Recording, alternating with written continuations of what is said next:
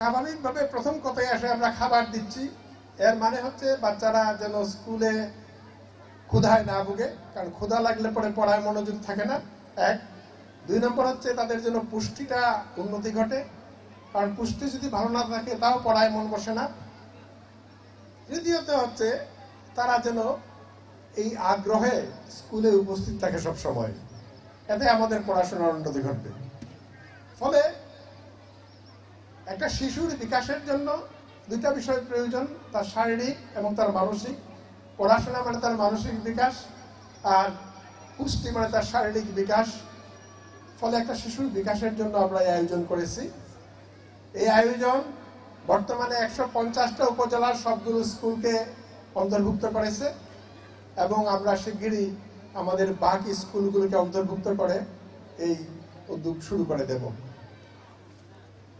আমি মনে করি এটি বর্তমান সরকারের সবচেয়ে গুরুত্বপূর্ণ একটা উদ্যোগের একটা। আমি এখানে আমাদের শ্রদ্ধেয় অভিভাবক যারা রয়েছেন, এবং সত্যি কথা বলতে কি এই প্রাইমারির অভিভাবক যারা বয়স্ক সবাই, আমি প্রাইমারি শিক্ষা সম্বন্ধে দুই তিনটা কথা বলেই আমার বক্তব্য শেষ করব। আমি কতগুলো বিষয় যেটা আমি বোধ করি এটা আপনাদের সঙ্গে ভাগ করতে চাই। আমাদের প্রাইমারি শিক্ষার উদ্দেশ্যটা কি? কেন আমি বাচ্চাদের প্রাইমারি স্কুলে পড়াবো? কারণ প্রত্যেকটা বাচ্চার মধ্যেই অনেক সম্ভাবনা লুক্কায়িত থাকে। কার মধ্যে কোন সম্ভাবনা আছে তা যদি উপযুক্ত পরিবেশ না হয় কখনো আমরা তা জানতে পারি না।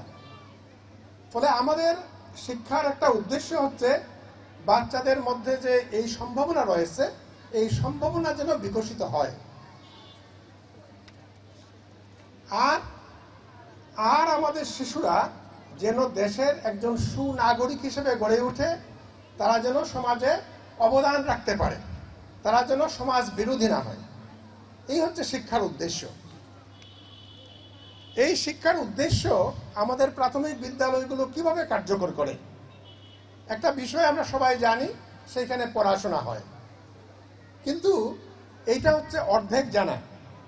কারণ শুধু পড়াশোনা প্রাইমারি স্কুলের বিষয় না, অনেক বিষয় রয়েছে যেটা বাচ্চাদের বিকাশে সহায়তা করে, যেগুলো ঠিক পড়াশোনার সরাসরি অন্তর্ভুক্ত নয়। যেমন ধরুন, আজকে আমরা সকালবেলা বাচ্চাদের যে সুন্দর পারফরমেন্স দেখলাম, এইগুলো কিন্তু বাচ্চাদের বিকাশের জন্য সুবিধাজনক। আপনারা জানেন যে যেসব মানুষরা জীবনে সাফল্য অর্জন করে, এদের শুধু ডিগ্রি দিয়ে সাফল্য অর্জন করে না।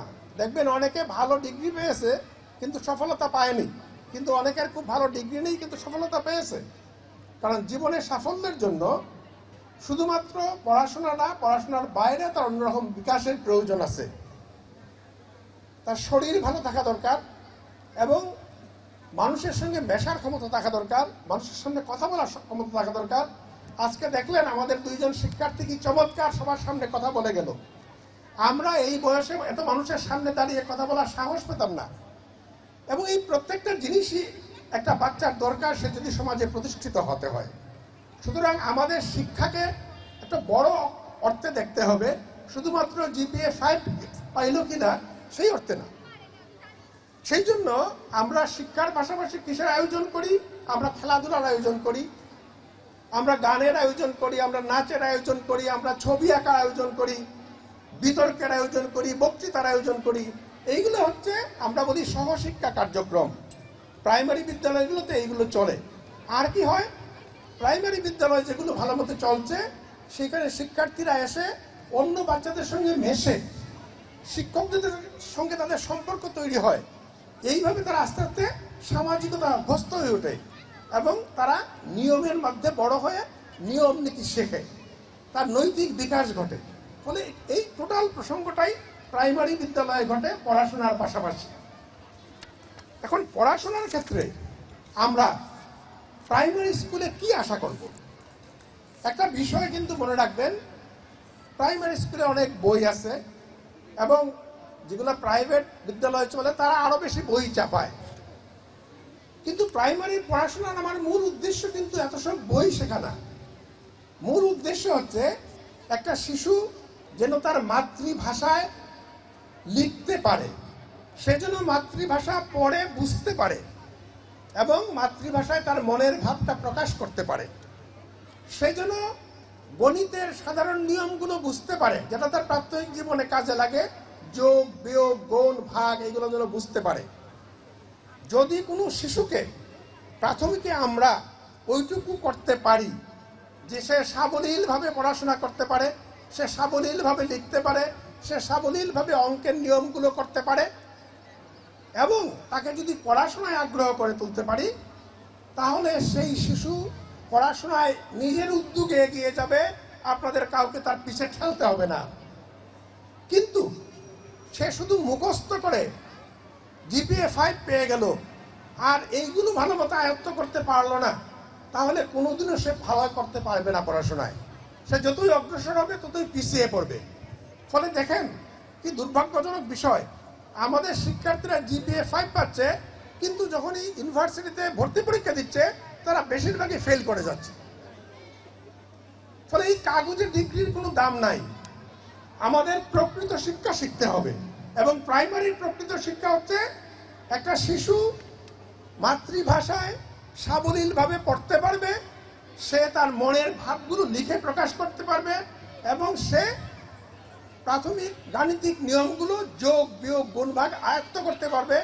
কোন সমস্যা সমাধান করার জন্য যোগ করা দরকার, কোন সমস্যা সমাধান করার জন্য বিয়োগ করা দরকার, কোন সমস্যা সমাধান করার জন্য গুণ করা দরকার, কোন সমস্যা সমাধান করার জন্য ভাগ করা দরকার, এটা সে বুঝতে পারবে। এই যুক্তি তার তৈরি হবে মনের মধ্যে, মুখস্থ করবে না। মুখস্থ করলে শুধু পরীক্ষাতে মার্কস পাওয়া যায়, বাস্তব জীবনে কোনো কাজে লাগে না। সে এইগুলো যখন আয়ত্ত করতে পারবে তখন এইগুলো তার বাস্তব জীবনে কাজে লাগবে। এবং আমরা যদি প্রাথমিক বিদ্যালয়ের শিক্ষাকে এইখানে দৃঢ় করতে পারি, আমাদের শিশুরা যদি প্রাথমিক বিদ্যালয়ে এইগুলো অর্জন করতে পারে, নিশ্চিতভাবে আমাদের শিশুরা মাধ্যমিক বিদ্যালয়ে ভালো করবে, উচ্চশিক্ষায় ভালো করবে, এবং তারা প্রকৃতপক্ষে একজন প্রোডাক্টিভ নাগরিক হিসাবে গড়ে উঠবে এবং সে জীবনে সাফল্য লাভ করবে। ফলে আমি অভিভাবকদের উদ্দেশ্যে বলছি, এলাকাবাসীর উদ্দেশ্যে বলছি, এবং আমাদের প্রাথমিক শিক্ষার সঙ্গে জড়িত নন এমন যারা কর্মকর্তা তাদের উদ্দেশ্যে বলছি, এই প্রাথমিক বিদ্যালয়গুলো প্রকৃতপক্ষে এই কমিউনিটির সম্পদ, আপনাদের সম্পদ, এই সমাজের সম্পদ। আমরা সাহায্যকারী, আমরা শিক্ষক নিয়োগ দেই, আমরা বিল্ডিং তৈরি করে দেই, কিন্তু এইটাকে দেখভাল করে রাখার দায়িত্ব আপনাদের। এটা আপনাদের সম্পদ। আমাদের বিদ্যালয়গুলো যেন ভালো থাকে, যেন জিনিসপত্র চুরি না হয়ে যায়, যেন এখানে অন্যরা দখল না করে ফেলে তার বিদ্যালয়ের জায়গা, এটা দেখার দায়িত্ব কিন্তু আপনাদের। এটা আপনাদের সম্পদ। বিদ্যালয়গুলো কেমন চলছে সেটা আপনারা দেখভাল করবেন। শিক্ষকদের সঙ্গে আপনাদের একটা ভালো সম্পর্ক থাকবে, তাদের সহযোগিতা করবেন, তাদের কোথায় সমস্যা হচ্ছে। আর এই যে আমরা নতুন কার্যক্রম চালু করলাম, এই বিষয়ের ক্ষেত্রেও আপনারা দেখভাল করবেন।